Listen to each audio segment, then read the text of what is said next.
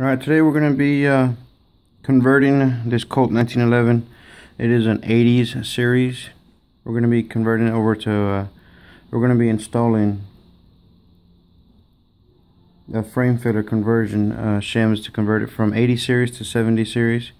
This is a Colt 1911. In the previous video we field stripped it. Here we just have the slide, no barrel, firing pin, everything's still in it. I get it to focus on that. There's your firing pin, everything's still intact. There goes your plunger spring, your firing pin plunger, sorry. Frame still all put together, the lower part that is. Basically what we're going to be doing is, let's set this aside. We're going to be removing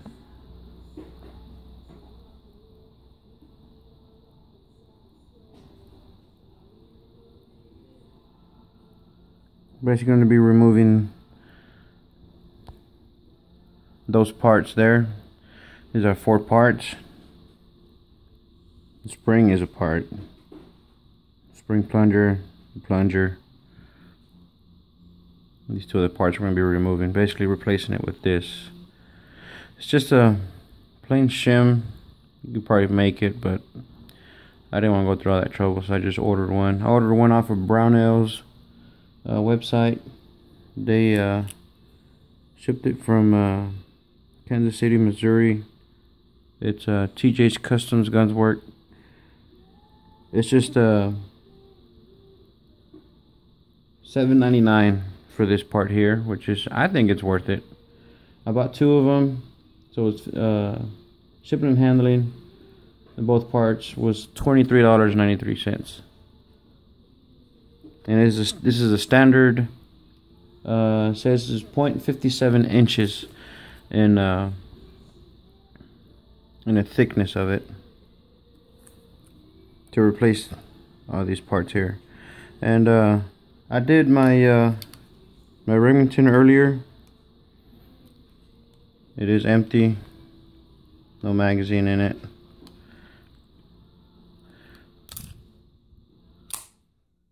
I did it earlier. That's where these parts came from, is from this one here. And I do have to say, I measured my trigger pull gauge that I got off of Amazon. Nothing fancy, just, and it did, before I did it, it was 3.5 pound pull. After I did it, brought it down to 2.5 pound. So I'm pretty impressed. So I'm gonna do my Colt here. Colt, the trigger pull on it is 4.5 pounds. Just for the purpose of the video, I'm going to put it together real quick and do a quick shot of it doing the trigger pull so you guys can see the before and after. Alright, so here's the gun put back together. The gun is still unloaded, clear. Alright, hammer's back, safety's off. Depressing the beaver tail. Let's see how many pounds it is here.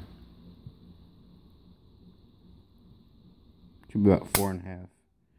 And see if we can get the focus on that. About 4.5 pounds, as you can see. Alright, we'll do it one more time just to make sure.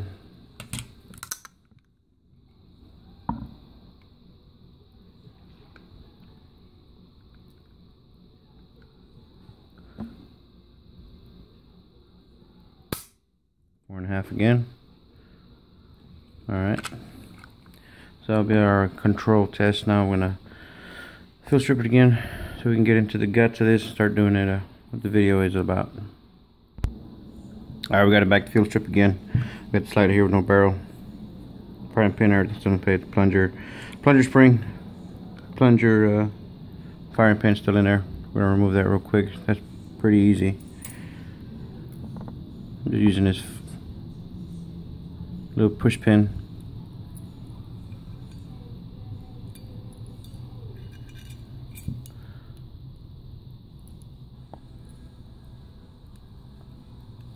I'm going to depress this firing pin, push that up, slide the back step off. That comes off. Alright, face this down. I'm going to be pushing the firing pin plunger. Firing pin and spring come out. And set that aside. You gotta have to play with the ejector here to get. There you go. That came out. You land it here at my feet. We don't need that anymore, which is that. That came out. Don't need that spring or that plunger. I'm going to go ahead and put this back together without that. It's a little trickier because you don't have that firing pin plunger there anymore. Now the only downside to this I can see is now you're going to have a hole in your frame here, which we'll figure something out later how to fill that up. The firing pin stop.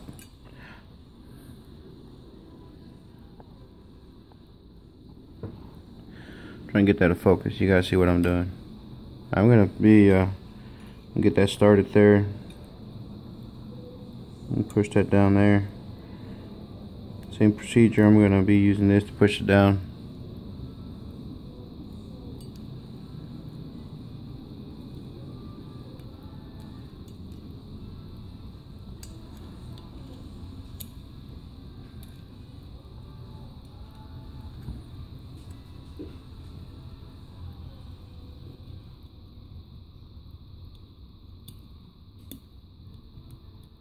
Oh, let's see what stopped me. The ejector is.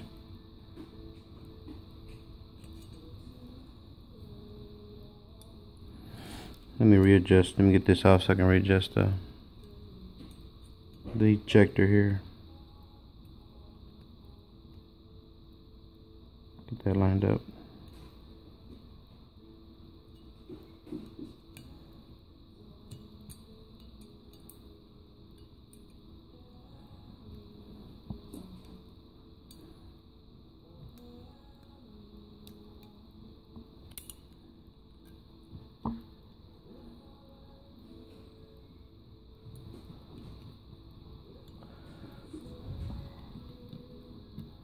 The ejector turned on me again. Alright. I'm pushing all the way up. Firing pin is back in place. That's the easy part. That's done.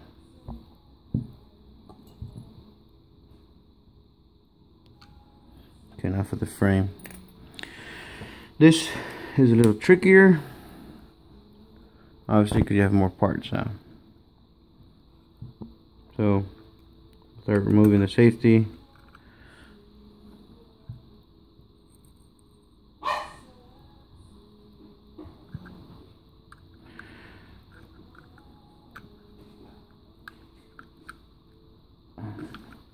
Let me depress the hammer, get the tension off that the plunger, the hammer spring and all that. I'm trying to get my beaver tail out.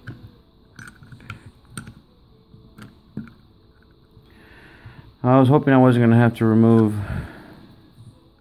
the back strap here, but I'm going to have to. So, since I left the grips on, got a little bit of space here. So I'm just going to push it through with this here.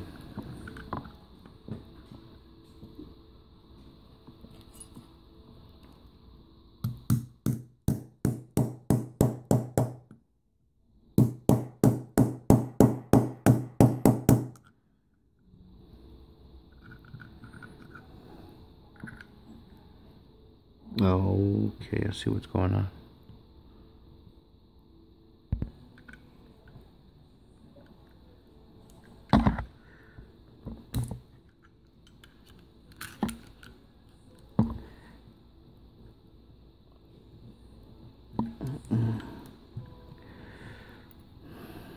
I want to cooperate here.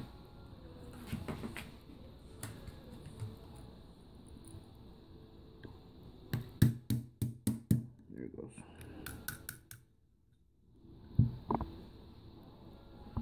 Pin came out.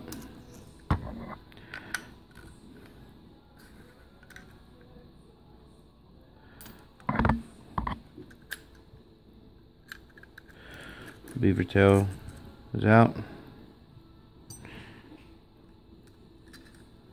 Sear spring is out.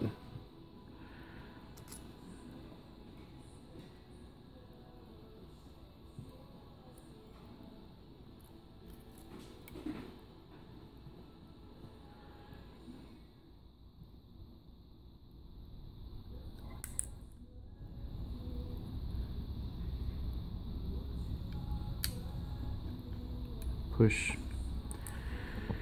the hammer pin out. That's your pin for your hammer.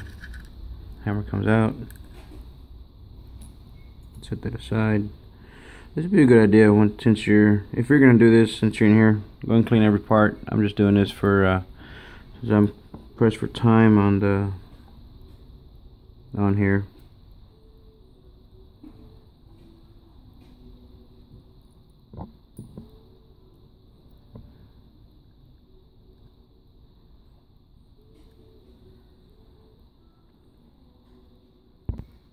I'm gonna have to remove the grip to get that pin out of there. It's right in the way.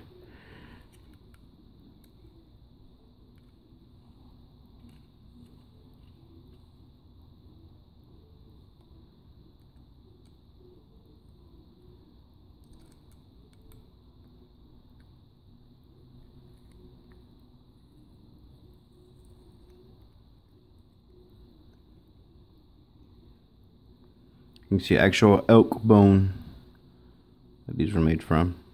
Good friend of mine made them. Pretty cool. Now I get that pin out of there. Alright, now this pin here is holding your sear, your disconnector, and all these extra other parts you're going to need out. I'll show you how to get them back in place. Don't worry about how they fall out of there. I'm just going to get them to fall out. Goes one. And there goes everything. Don't panic. I did the other one, so I should be able to put it back together. Now these are your parts that you don't want in there. Pretty much replacing that with this here. As you can see how your holes line up. So you're taking these out. And that's so your sear and your hammer won't move around in there in the frame. That's why it's called the frame filler. Go figure, huh? I'm gonna pause the video for a minute. I'm gonna clean these parts up now that I got it open. Alright, we got pretty much everything kind of cleaned up. If you're this far, if you're going to replace the trigger, go ahead and do that. Just remove your mag release. Then you just pull your trigger out if you want. Do any kind of adjustments if you want. I just clean up the surface there a little bit. That's all I did. Alright, first piece to go in is your disconnector here. I'm trying to get this on camera as best as I can. This is pretty much going to go and point this out. See that hole right there? It's going to go right in there. Now you want this flat part of the surface here. This flat part to go on the trigger here. So it's going to go in like this. Alright.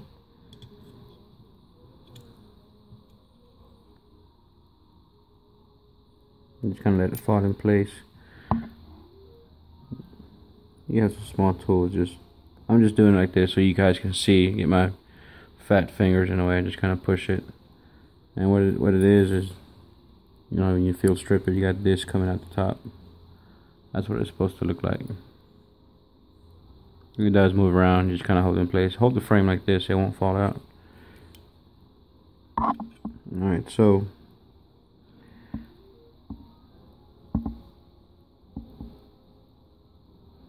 you're going to be driving your pins in from this side over to that way. So the shim's going to go in last. Alright, this is your sear. This goes in like this. Pretty much this is going, that gap in the middle is going to straddle your disconnector we just put in there. So you want to just, like I said, I'm trying not to get my fingers in the way. It's kind of hard to see. So I just kind of fell in place. You see that? Now, the way I'm going to mimic these parts to get the pin in is with the trigger. Here with my thumb. You can see it moving around. And up here on the top, you can push it down here. I'm going to try to get my pins in. And the pins, you got a round side. And then you got a flat side. You can kind of see that. You got to pay attention. Obviously the flat side goes towards this way, the round side goes that way. I'm going to try to get them in there. You're never going to get it in the first shot. And you just kind of, right here I'm just pulling the trigger back.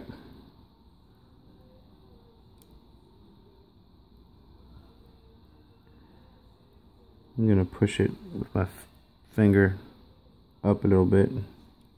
Okay, just went through the sears. Try and get it through the disconnector. Gotta play with it a little bit. Alright. It's going through both now. I'm gonna tilt it over this way to get everything to come over.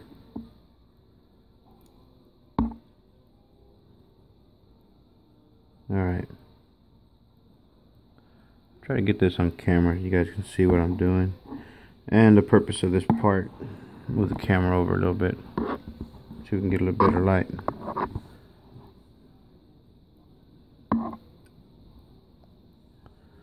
Alright. Now the shim, you can pretty much see it's pretty good here. The shim is going to drop in right here and it's going to take up the space. Try and get better light in there.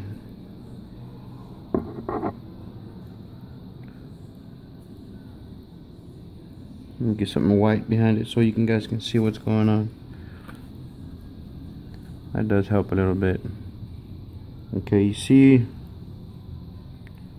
this space right in here? That's what the shim goes right in there. Like I said, the shim just goes. Shim goes in there in place of these. I'll make a video a little bit later explaining what I read, how this is supposed to make a difference. Okay. Now this is going to go in. The small pin goes in here. This goes towards the back, towards your beaver tail. It is a little difficult to get in there. So obviously you got no room for error here. Did figure out another one. It is easier going in through underneath here the beaver tail. And you're just kind of feeling around for it. And right there I caught it. And you can see it is loose. Don't worry about that.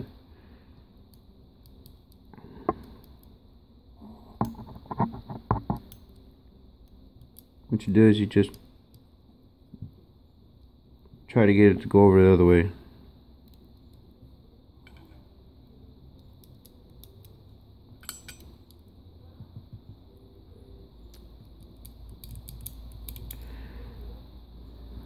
Let's drive that pin out a little bit.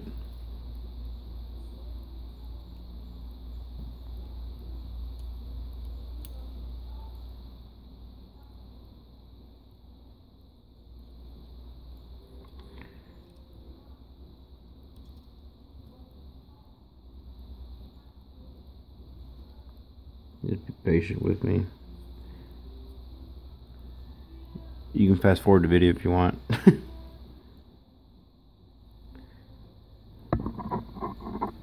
Now it wants to be difficult.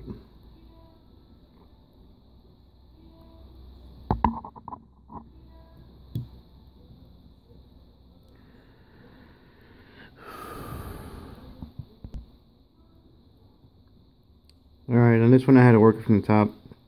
I got it slide in. Pin's still out.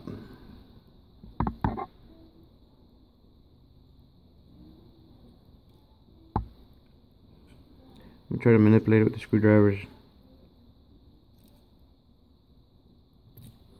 I gotta put the pin back out to get that in there.